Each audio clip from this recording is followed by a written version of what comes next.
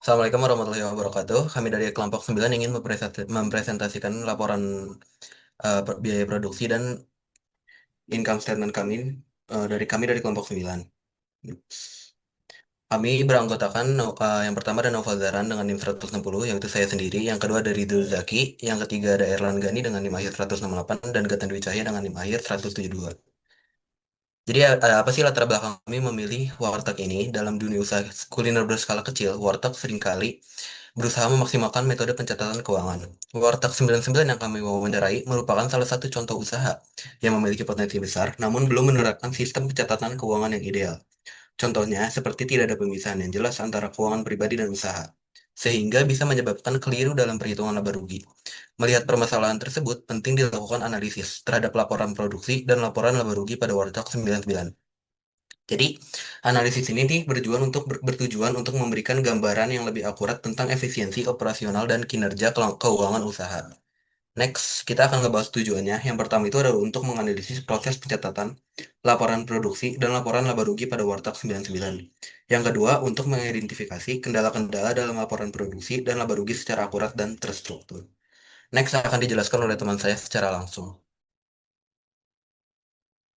Oke, yang selanjutnya profil perusahaan.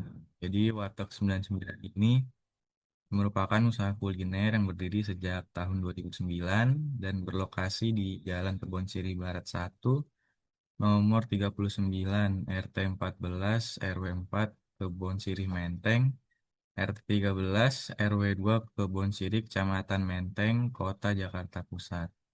Nah, Warteg 99 ini dapat dikategorikan sebagai perusahaan manufaktur makanan berskala kecil karena setiap harinya melakukan proses produksi berupa pengolahan bahan baku mentah menjadi berbagai jenis makanan siap saji. Warteg 99 menggunakan metode proses costing untuk menjalankan usahanya. Warteg 99 setiap hari memproduksi makanan secara rutin dalam jumlah besar untuk dijual kepada pelanggan. Proses ini melibatkan tahapan berulang dari pemilihan bahan baku, pengolahan bahan baku, hingga penyajian. Lalu selanjutnya ada deskripsi produk. Jadi kelompok kami mengambil dua produk dari warteg ini, yaitu yang pertama ada paket satu yang berisi nasi, ayam, dan juga kentang Mustafa. Sedangkan untuk paket yang kedua berisi nasi, telur, dan kentang Mustafa. Untuk harga jualnya sendiri, paket satu dihargai sejumlah 20.000 per paket, dan untuk paket dua dijual dengan harga 15.000 per paket.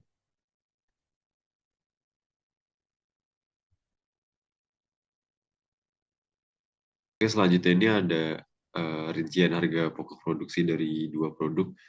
Yang pertama ini adalah tabel dari keseluruhan bahan baku yang kita butuhkan untuk memproduksi paket kedua paket ini. Yang pertama itu adalah paket satu nasi ayam plus kentang. Yang kedua ini ada nasi telur plus kentang.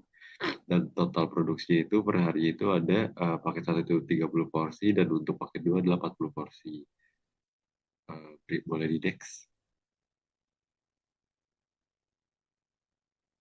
Oke, untuk klasifikasi biayanya, tadi kan rincian biaya untuk keseluruhannya. Nah, untuk kalau misalkan paket satu sendiri itu menggunakan biayanya itu untuk ayam, ada bahan bumbu jadi, terus ada juga bahan baku untuk keduanya. Nah, tabel di sebelah kanan ini adalah bahan eh, baku untuk kedua produk. Jadi kayak kentang, Royco, minyak, tepung terigu, beras, dan tepung beras itu dibutuhkan oleh kedua produk tersebut di paket satu dan paket dua. Dan total biayanya itu adalah 8.220.000. Nah, untuk kalau paket dua sendiri itu ada telur, kol, daun bawang, cabai giling, dan juga tambahannya itu untuk bahan untuk keduanya. Boleh next. Oke, selanjutnya adalah perhitungan biaya produksi per paket. Next lagi. Oke, perhitungan paket satu ini kan tadi udah diklasifikasi. Jadi kalau misalkan paket satu bumbu jadi ayam itu 150.000, terus untuk ayam itu jadinya 4.920.000 kita hitungnya per bulan.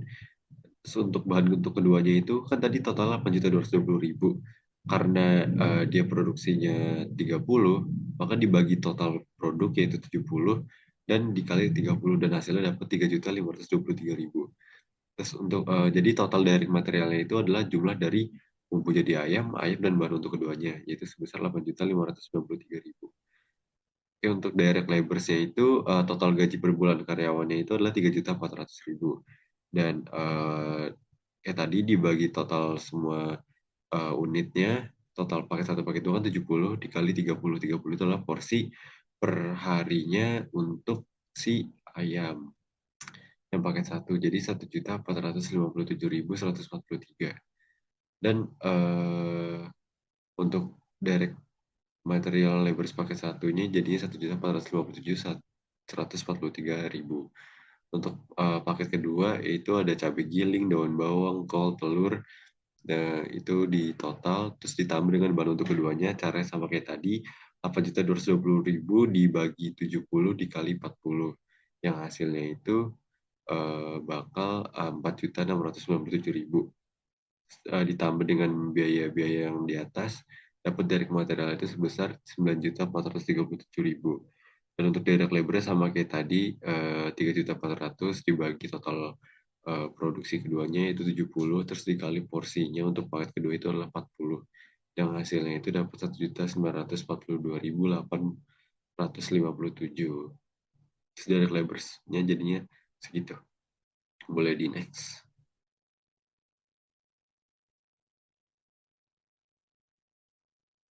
Oke, selanjutnya adalah biaya overhead. Biaya overheadnya itu ada gas, sewa, biaya lain-lain, dan depresiasi. Dan totalnya itu adalah 3.364.111. Untuk gas itu 1.200.000 per bulan, karena satu harinya butuh 2 gas. Jadi 2 dikali 3. Satu gas itu harganya 20.000. Dikali 2 kan berarti 40.000. Untuk sebulan dikali 30 jadinya 1.200.000.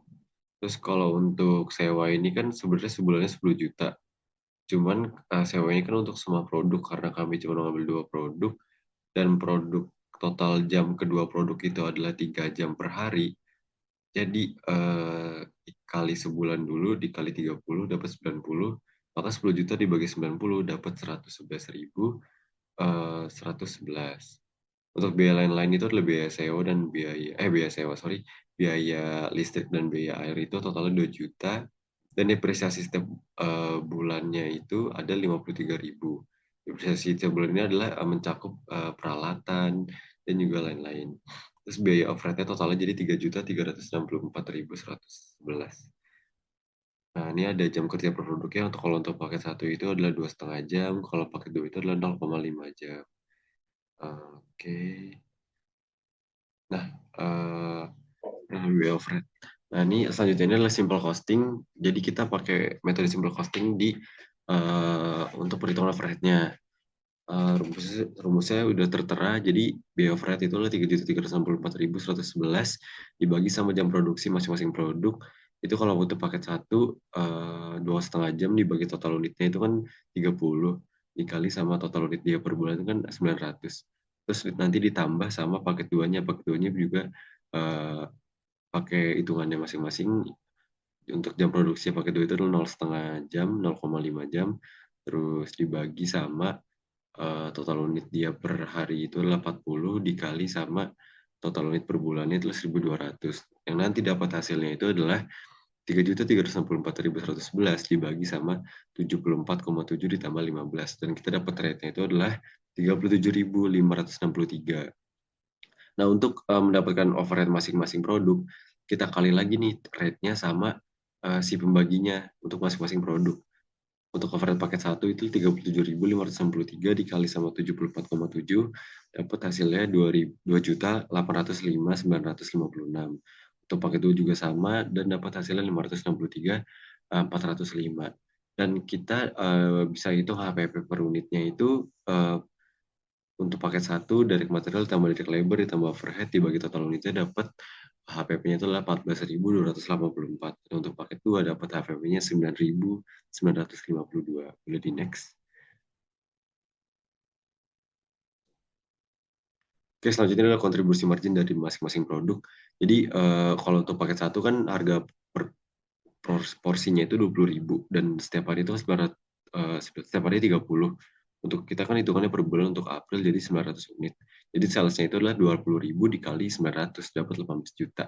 Terus cost of goods sold ini adalah cost of goods sold yang tambah apa namanya jumlah dari direct material, direct labor dan juga overhead. Dapat 12.856.999 dan dapat kontribusi margin untuk paket satu adalah 5.143.901. Dan untuk fixed expense itu adalah si kertas nasi dan juga plastik apabila ada pelanggan yang ingin membawa pulang makanannya sebesar 25.000. Jadi kontribusi margin dikurang sama 25.000 dapat 5.118.901 untuk laba bersihnya atau net income-nya. Nah, untuk si margin kontribusi margin paket 2 itu sama, dia salesnya 18 juta, hanya beda di harga dan juga di unitnya.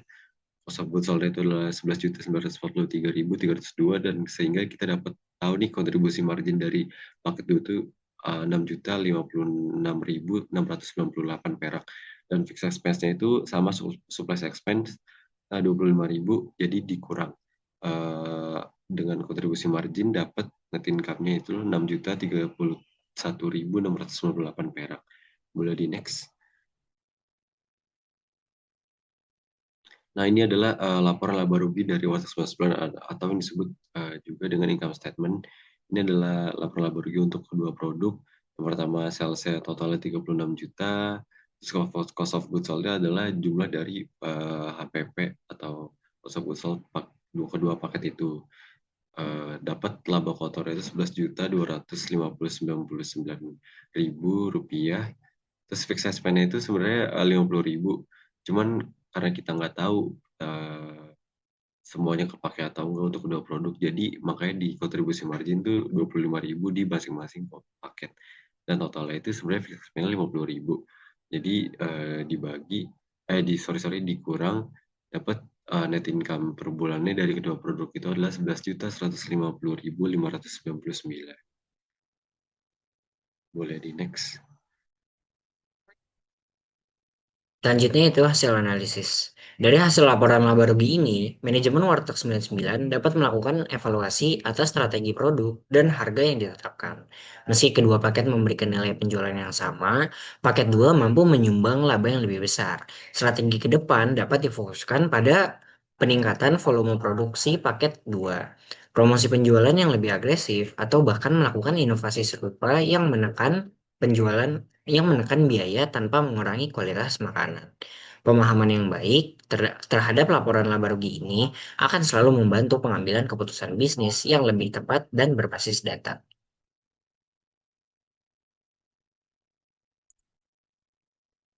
Selanjutnya itu ancaman risiko pengendalian dan solusi. Bisa dilihat di sini ada beberapa ancaman, resiko, pengendalian, dan solusi. Contohnya itu di ancaman pertama yaitu pencatatan pendapatan dan beban tidak lengkap atau tidak akurat. Resikonya, laporan laba rugi tidak mencerminkan kondisi keuangan sebenarnya. Nah, pengendaliannya itu adalah pencatatan harian, pendapatan, dan pengeluaran. Dan solusinya yaitu gunakan buku kas harian atau aplikasi kas sederhana seperti spreadsheet. Selanjutnya akan dilanjut pada pada pertemuan ke-15 nanti. Kesimpulan yang bisa didapatkan dari hasil analisisnya adalah berdasarkan hasil analisis dan pembahasan yang telah dilakukan oleh kelompok kami terhadap laporan produksi dan laporan laba rugi pada Warta 99 dapat disimpulkan bahwa pencatatan keuangan dan operasional usaha ini masih dilakukan secara manual dan belum terstruktur. Meskipun demikian, usaha Warta 99 tetap menunjukkan potensi keuntungan yang cukup baik. Secara keseluruhan, kami menyimpulkan bahwa digitalisasi pencatatan keuangan dan pelatihan akuntansi dasar merupakan solusi yang realistis untuk usaha kecil seperti Warteg 99.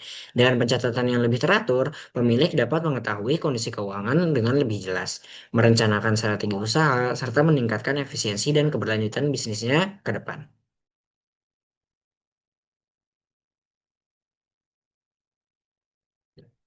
Selanjutnya itu akan dilakukan dengan dokumentasi serta video dari wawancara yang berbentuk time-lapse.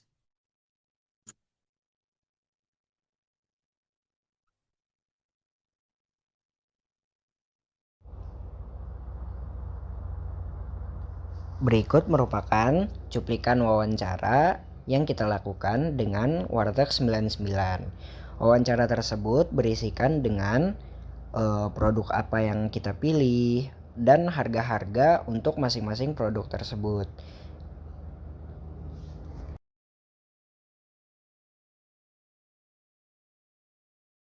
Sekian dari kelompok kami.